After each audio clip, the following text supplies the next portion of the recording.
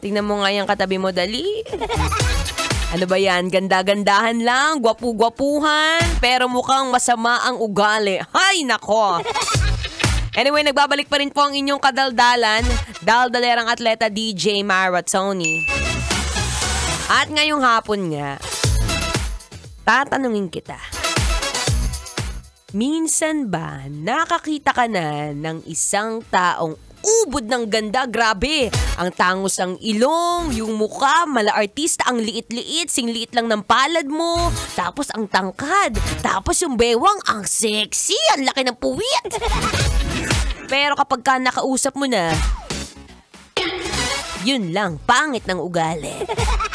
May mga ganon. Kunyari, may nakita ka, no? Siyempre, lahat naman tayo attracted sa beauty sa simula. Tapos kinausap mo.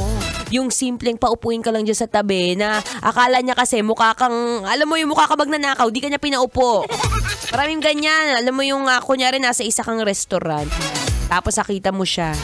Nakita mong wala naman siyang katabi, maluwag naman yung upuan eh. Ikaw, wala ka na ibang maupuan kasi nga puno na yung lugar. So niyaya mo siya, tinanong mo siya, ay ma'am, pwede pong umupo dyan sa tabi niyo. Di, syempre, gutom na gutom ka na, gusto mo na umupo. Alam mo, sabi sa'yo, I'm sorry, I can't let you sit on my side. Yan lang. Ay, alam mo ha, paminsan-minsan, mas maganda rin talaga na hindi lang basta mukha ang maganda, pati ang ugali, ha? O sige nga, alam mo, sa panahon ngayon, hindi naaayos ang ugali ng make-up. Kahit lagyan mo ng makapal na lipstick yung ugali mo, hindi yan maaayos, hindi ka gaganda, bi. Ay naku, yan nga, tinan mo nga yung katabi mo, dali. Isa raw sa pinakamagandang gawin para ma-share mo yung kabaitan mo sa kapwa mo.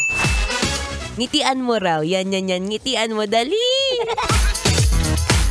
Sabihin mo sa kanya, alam mo, ang sarap-sarap maging mabait, no? Alam mo yung sigurado ka na kukuhanin ka ni Lord, hindi ko san ka pupunta. Kaya ikaw ha, ngayong this is the perfect time. Perfect time para ngitian niyang katabi mo. Perfect time para maging mabait kahit papaano. Paunti-unti, be. Kung dati hindi ka nagpapaupo, paupuin mo na.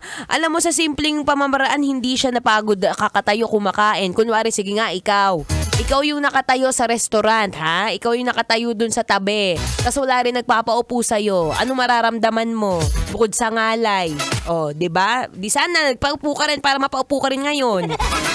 Pero ang kasabihan yan eh. Ano yun eh? Kay Socrates ata yun. Sabi, do unto others what you want others do unto you. Loko. Tandaan mo yan ha. Do unto others what you want others do unto you. Sulat mo, be. Simpleng-simple, ha? Anyway, magbabalik po ulit ako maya-maya lamang. Ang inyong kadaldalan, daldalerang atleta, DJ Maratoni.